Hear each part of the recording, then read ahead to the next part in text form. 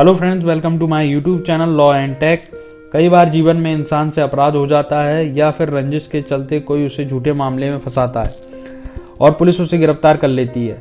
ऐसे में उस शख्स को कानून में जमानत लेने का अधिकार दिया गया है। तो आइए जानते हैं जमानत क्या है, कब और कैसे मिलेगी, वह कितने प्रकार की होती है। जमानत के लिए यह जानना जरूरी है कि अपराध क्या हुआ है, वह इसे लेकर जमानत के क्या प्रावधान है।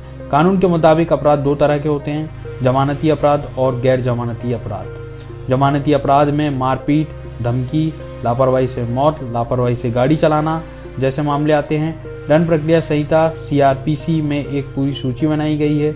ये वैसे मामले हैं जिनमें 3 वर्ष या उससे कम की सजा हो। CRPC की धारा 436 के तहत जमानती अपराध में कोर्ट द्वारा जमानत दे दी जाती है। कुछ परिस्थितियों में धारा 169 के तहत थाने से ही जमानत दिए जाने का भी प्रावधान है। गिरफ्तारी होने पर थाना इंचार्ज बेल बॉन्ड भराने के बाद आरोपी को जमानत दे सकता है। गैर जमानती अपराध में रेप, अपहरण, लूट, डकैती, हत्या की कोशिश, गैर इरादतन हत्या, फिरौती के लिए अपहरण जैसे अपराध शामिल हैं। इस तरह के मामले में अदालत के सामने तथ्य पेश किए जाते हैं, फिर कोर्ट जमानत पर फैसला लेता है। जब कोई शख्स गैर जमानती अपराध करता है तो मामला मजिस्ट्रेट के सामने आता है। अगर मजिस्ट्रेट को लगता है कि मामले में फांसी या फिर उम्र कैद की सज़ा हो सकती है तो वो बेल देने से इनकार कर सकता है। इससे कम सज़ा वाले मामले में वह अपने स्वविवेक से निर्णय लेता है। चलिए अब हम जानते हैं कि जमानत के कितने प्रकार होते हैं। जमानत के मुख्यतः 2 प्रकार होते हैं। पहला अग्रिम जमानत, दूसरा रेगुलर बेल। अग्रिम जमानत से मतलब है कि अगर किसी आरोपी को पहले से ही आभास हो जाए कि वह किसी मामले में गिरफ्तार हो सकता है तो वह गिरफ्तारी से बचने के लिए CRPC की धारा 438 के तहत अग्रिम जमानत ले सकता है।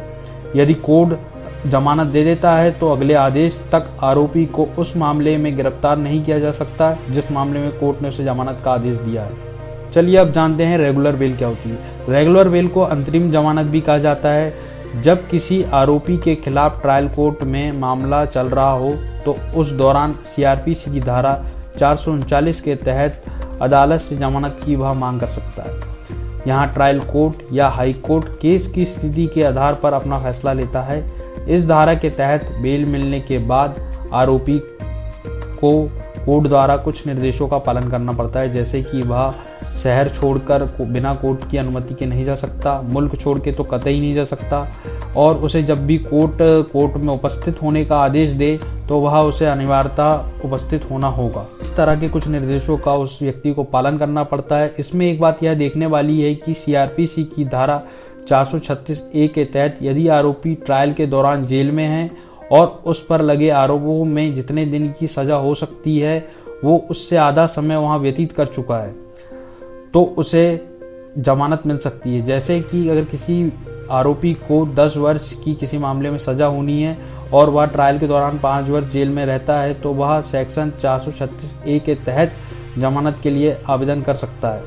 इसके अलावा यदि पुलिस किसी मामले में आरोपी को 10 वर्ष की सजा होनी है और 90 दिनों के भीतर वह चार्जशीट दाखिल नहीं करती है तो आरोपी CRPC सेक्शन 167(2) के तहत जमानत ले सकता है। यदि आरोपी को 10 वर्ष से कम की सजा होनी है तो चार्जशीट 60 दिनों के भीतर दाखिल करनी होगी। अगर पुलिस ऐसा नहीं करती है तो वह जमानत के लिए आवेदन कर सकता है और मुख्यतः उसे इस पॉइंट पर जमानत मिल सकती है। तो दोस्तों आज के लिए बस इतना ही। लॉ एंड टेक के बारे में हम और भी वीडियो लेकर आएंगे। यदि आपको हमारी वीडियो पसंद आई है तो चैनल को लाइक करें, सब्सक्राइब करें, शेयर करें ताकि कानून की जानकारी अधिक से अधिक तक लोगों तक पहुंच सके। Thank you so much.